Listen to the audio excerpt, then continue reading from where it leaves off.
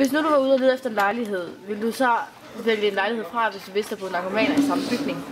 Nej, jeg kan fortælle, at lige nu der bor jeg i en bygning, i en lejlighed, hvor der godt nok ikke bor narkomaner, men narkomanerne de søger faktisk ind i opgangen. Den opgang vi har, og der sidder de så og fikser det.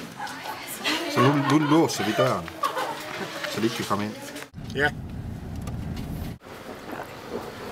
Det tror jeg ikke, jeg ville. Hvis det er et godt sted, så var det fint. Ja, det tror jeg. Hvis man kunne finde en anden lejlighed, der var lige så god, så tror jeg, jeg ville. Hvis du nu havde mistanke om, at dit barn tog stoffer, hvad ville du så gøre? Så vil jeg tage en alvorlig snak med dem og gå ind og hjælpe dem med at finde et sted, hvor de måske kunne blive afvænnet. Hvad jeg vil gøre? Ja. Snak med barnet og søge hjælp til at komme ud af det igen. Har du nogen fordomme om misbrug? Sikkert. Har vi ikke alle sammen det? Ja. Hvilke fordomme? Jeg kan ikke lide dem. Jeg har ikke noget mod dem, bare så længe de gør det i deres eget hjem og holder andre ud for det. Taler du med dit barn om stoffer? Ja. Ja, det gør jeg. Ja. Vil du bebrejde dig selv, hvis dit barn tog stoffer? Nej, ikke mig. Ikke dig? Ikke. Jeg gør ikke noget forkert. Ja, det tror jeg.